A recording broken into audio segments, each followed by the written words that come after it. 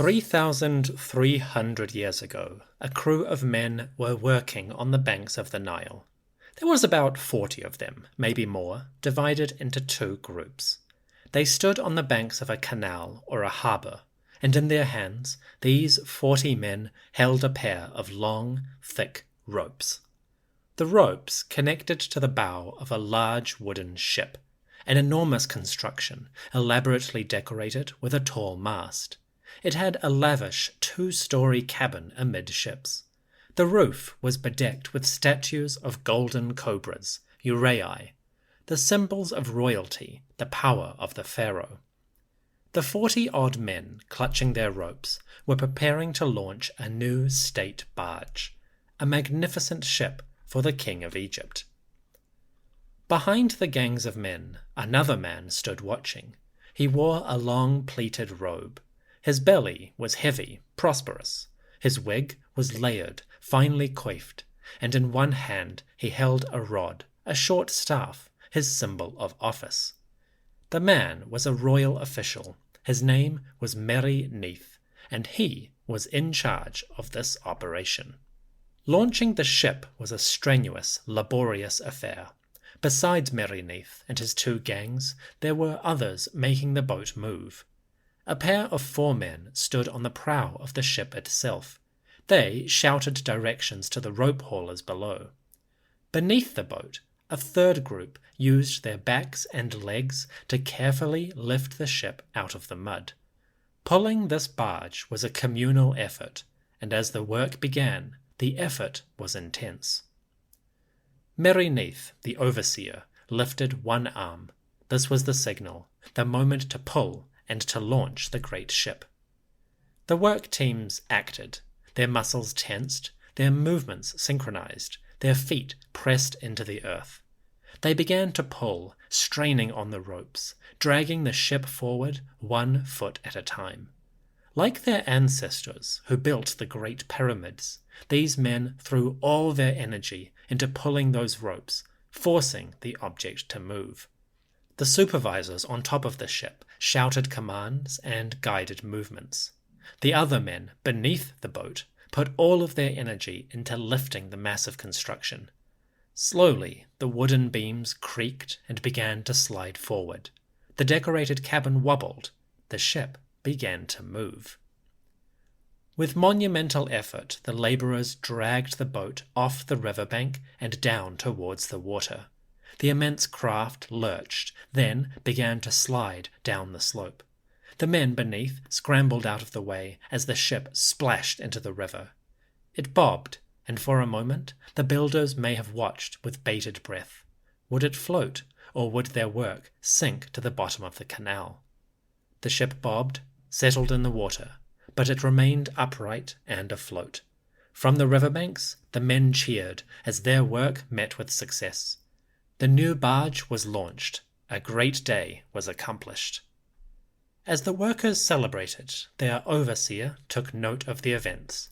Mery-Neith, a royal official, marked the progress they had made. He would record this event later in a most sacred space, his tomb.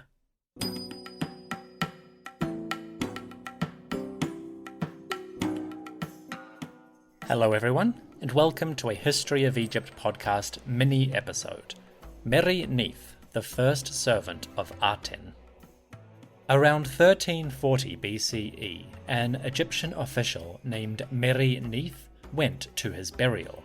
His tomb was located west of the royal capital, the city Men-Nefer, or Memphis. His tomb was magnificent, elaborately decorated and intricately constructed. 3,000 years later, that tomb returned to the light when archaeologists from Leiden University in the Netherlands uncovered the monument. Today, the tomb of Mery-Neith is visible once more. It is partially reconstructed and conserved. And thanks to this discovery, we can tell the story of a most interesting man.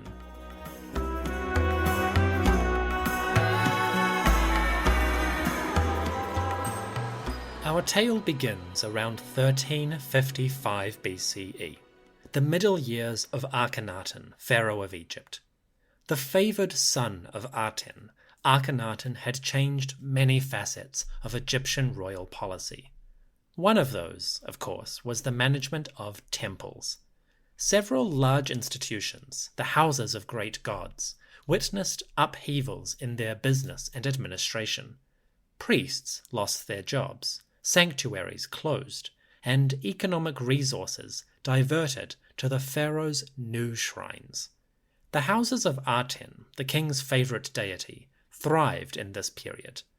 The people who managed those temples thrived as well. Today, we meet one of these individuals, a man who served Akhenaten as a priest for the sun god.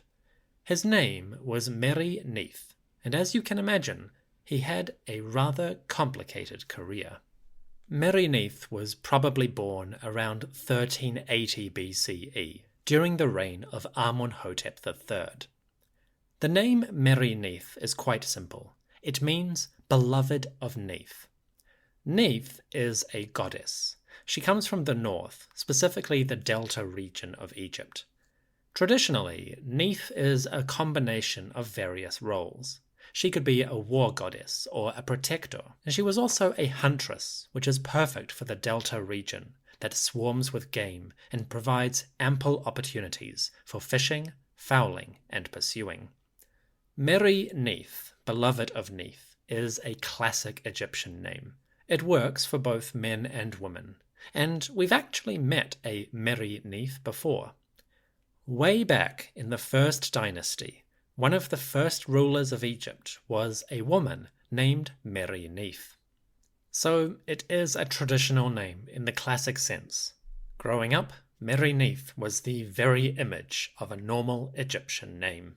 So Mery-Neith was born in the reign of Amenhotep III, and he probably started his career towards the end of that period, maybe the beginning of Akhenaten. We see his career documented in his tomb, and here it appears in 3 distinct phases. 3 eras in which Mery-Neith worked for the government and served the king of Egypt. According to the tomb, our man first appears in the reign of Akhenaten sometime around years 5 to 9. He shows up in the city of Memphis, working for the government. Specifically, Mery-Neith worked in the temples of the great sun god Aten. According to the inscriptions from his monument, Mery-Neith was the, quote, Emira per en per Aten im Men-Nefer, the house overseer of the house of Aten in Memphis. Conventionally, historians translate this title as Steward of the Temple of Aten.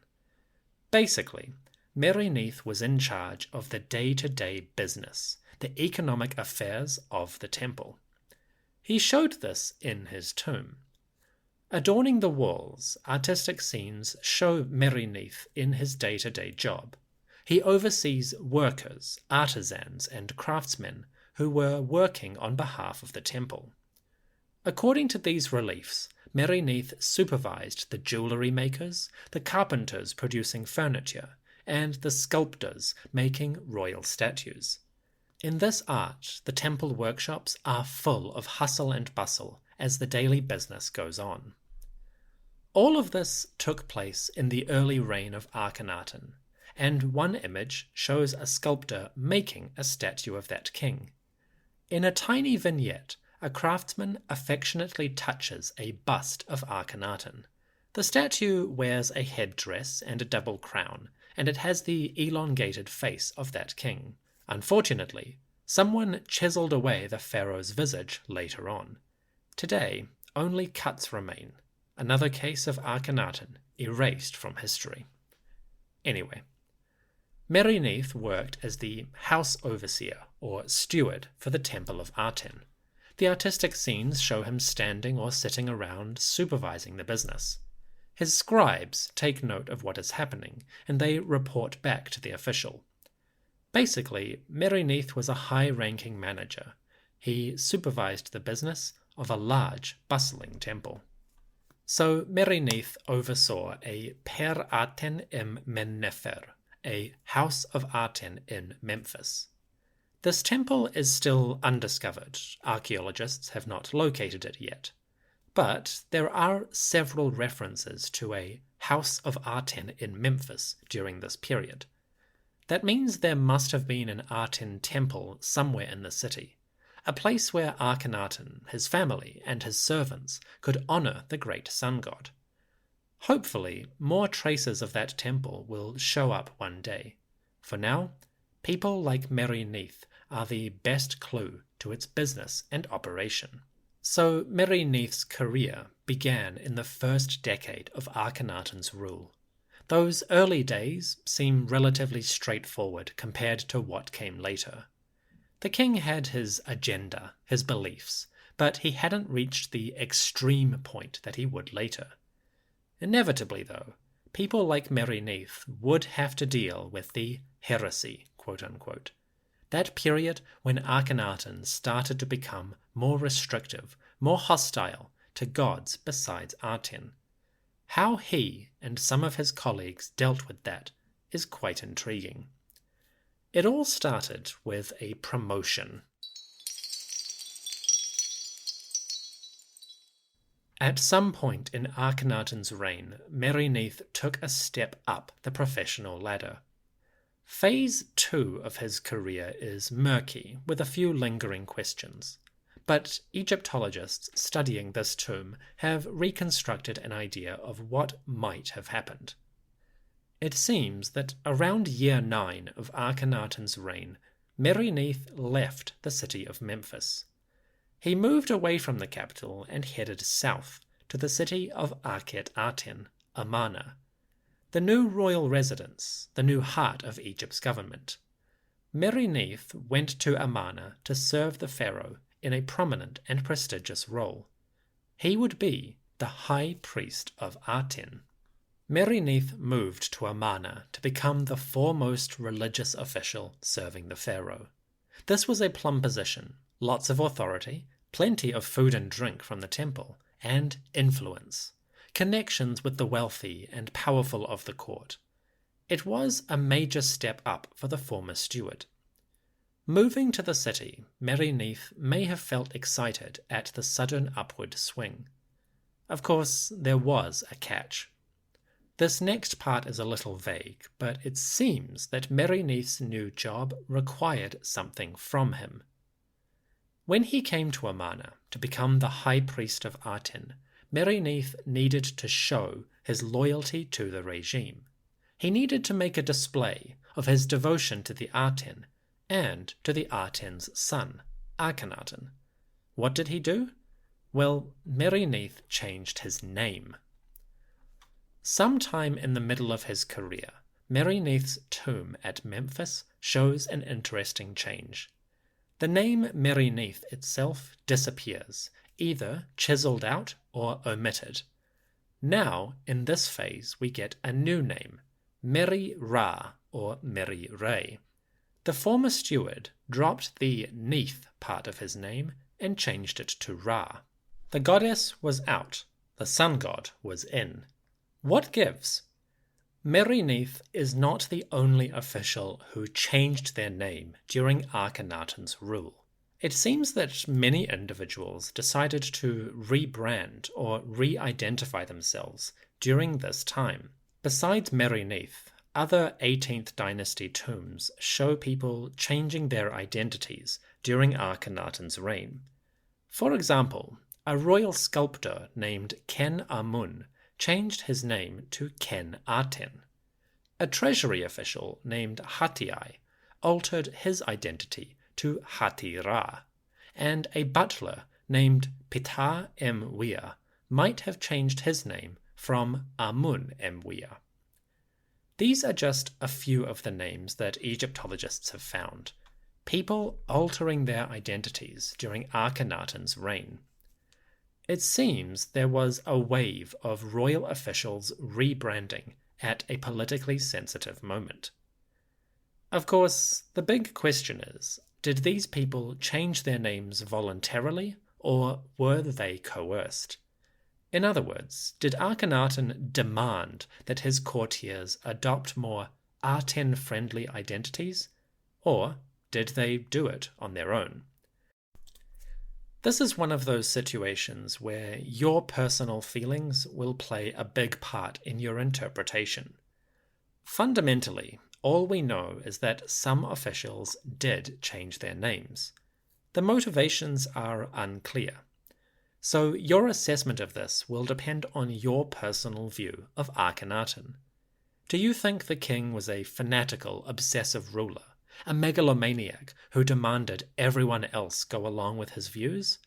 Or do you think he was a careful, methodical ruler, pursuing a political or religious agenda, slightly divorced from reality? Maybe it's both, a mixture, or something else. Either way, the question of did these people change their names voluntarily or because the pharaoh demanded it, that's going to rely on your personal assessment. I won't tell you what I think, but I will say that Akhenaten's regime seems like the place where royal favour and royal attention was crucial to success. If a person wanted to get ahead, changing their name probably would have been advantageous. Whether Akhenaten ever said this, or it was simply understood, I do not know. But Mery-Neith and people like him give us a tantalizing hint at politics behind the scenes. Mery-Neith moved to Akhenaten. He went there to become the new High Priest of the Sun God, the first servant of Aten, the man responsible for managing the grand temples. As part of this process, Mery-Neith changed his name to Mery-Ra, beloved of Ra, and he shows up at Akhenaten with that name. I'm going to continue calling this person Mery-Neith, otherwise it gets confusing, and perhaps the man himself secretly kept that name in his heart. After all, Mery-Neith had grown up as beloved of Neith. It was part of his heritage, his identity, and as we will see, he did not keep the new name for long. So even though he shows up as Mery-Ra, I will call him Mery-Neith. Cool? Cool. While he lived at Akhenaten, Mery-Neith worked in the magnificent temples. He also started to build a new tomb. A second burial monument, replacing his original one at Memphis, shows up at the city of Amarna. This new tomb, Amarna Tomb number 4, was lavish. It had large rooms, columns, beautiful decorations, and a small shrine at the end for a statue of the owner. This tomb would have been lovely when completed, but Mery-Neith never finished it or used it. Unfortunately, his time as the High Priest in Akhenaten did not last for very long. Mery-Neith, calling himself Mery-Ra, served the great king Akhenaten for the rest of his reign. He stayed at the royal city and made offerings in the temples. He received visits from the pharaoh, who came to the sanctuaries of Aten regularly. Mery-Neith was now part of the inner circle, the most select and prestigious group in the Egyptian government. It's not clear how much time he spent with Akhenaten, but we can assume that Mery-Neith received many instructions from the pharaoh. After all, the temples of Aten were constantly under construction. They were being updated and expanded throughout Akhenaten's reign. And chances are Mery-Neith was involved in the countless celebrations, festivals, offerings, and processions that Akhenaten demanded. I do not envy him this job. It was probably stressful, and it was probably incredibly busy. Maybe he liked it, maybe not. Either way, Mery-Neith served Akhenaten during some truly tumultuous years.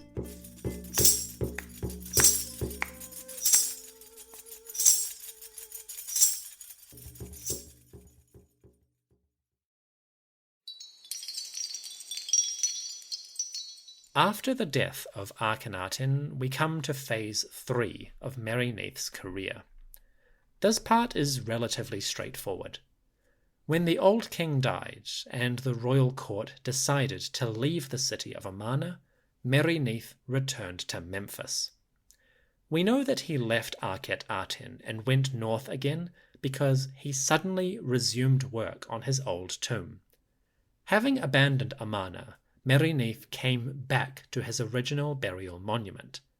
He also came back to his original name. In the later sections of his Memphis tomb, Mery-Neith restores his original identity. No more Meri-Ra, the inscriptions revert to Mery-Neith. The official's titles also change slightly.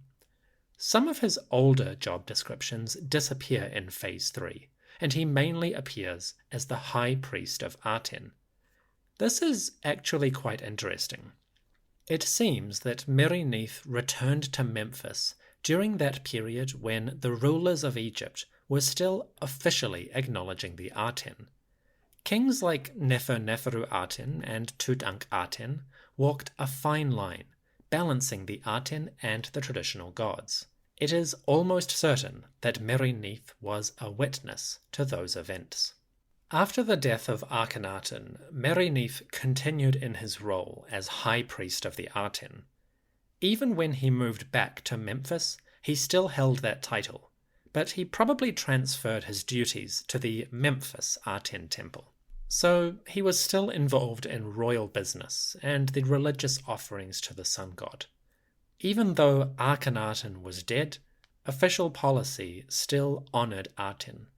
Mery-Neith made that happen. Returning to Memphis, Mery-Neith took over management of the northern Aten temple. By this point in his career, the High Priest of Aten was probably quite wealthy. We can guess this because he invested heavily in the last stages of his tomb. The outer decorations of Mery-Neith's monument are excellent quality, really exquisite carvings. It seems that by now Mery-Neith had access to the finest royal sculptors. As the Egyptian government started to leave Amarna, many of the high-quality workers would have gone with them. So, as a result, the tomb of Mery-Neith enjoyed a sudden uptick in artistic quality. In the later years of his life, the High Priest of Aten invested heavily in the beauty of his monument. Finally, towards the end of his life, Mery-Neith gained another title. This one might have been important on a personal note. You see, having served as the High Priest of Aten, Mery-Neith also became the High Priest of Neith. Sometime after Akhenaten, Mery-Neith's tomb shows the title Hem Netcher Tepi Em Hut Neith, the first god's servant in the estate of Neith. In other words, he became the leading priest in a temple dedicated to his namesake goddess. Once again, this temple is undiscovered. It might have been located in Memphis, and it was probably quite old. References to the temples of Neith go back, way back, into the Old Kingdom. She was a popular god in Memphis and the northern region. Mery-Neith, beloved of Neith, now became her foremost servant. I like to think that the new job meant something personal to Mery-Neith, high priest for his namesake deity in the greatest city in the land. Maybe that's wishful thinking, but I like to imagine that he was happy.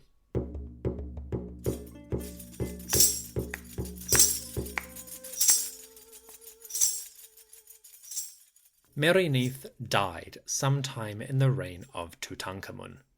Unfortunately, excavations at his tomb did not reveal any evidence of the man's burial. It might have been destroyed when later generations borrowed this tomb for their own graves. Or maybe Mery-Neith and his family are still there, their bones scattered among the rest. We do not know. All we know is that the High Priest of Aten built a lovely tomb west of the city of Memphis. It remains there to this day. So the high official Mery-Neith, beloved of Neith, lived and worked in a remarkable time. Born with a traditional name, he happened to work under a pharaoh whose attitude to the old gods was ambiguous at best, hostile at worst. Managing this situation, Mery-Neith still prospered. He had to change his name for a while, but he enjoyed a steady rise in his career. Ultimately, this man became the High Priest of Aten under Akhenaten and his successors. It seems that Mery-Neith was the sort of man who could navigate a difficult political environment. The currents were treacherous and unpredictable, but Mery-Neith, like the warrior goddess for whom he was named, emerged victorious. He retained his position, and at his death he went to a goodly burial. West of Memphis, not far from the temples of Neith and Aten, he enjoyed his eternal rest. Today, we can remember him.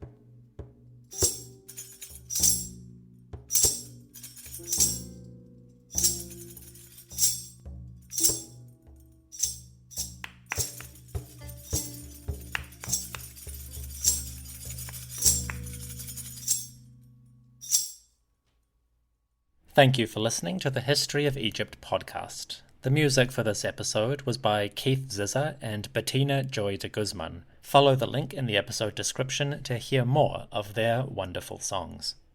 Also, thank you to Linda, Terry, TJ, and Jason, my priest-level supporters on patreon.com. Folks, you are too kind, and thanks to your generosity, I did not have to change my name in order to do my job.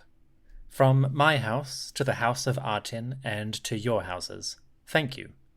And thank you everyone for listening to the show. I hope you've enjoyed the story, and I will see you soon.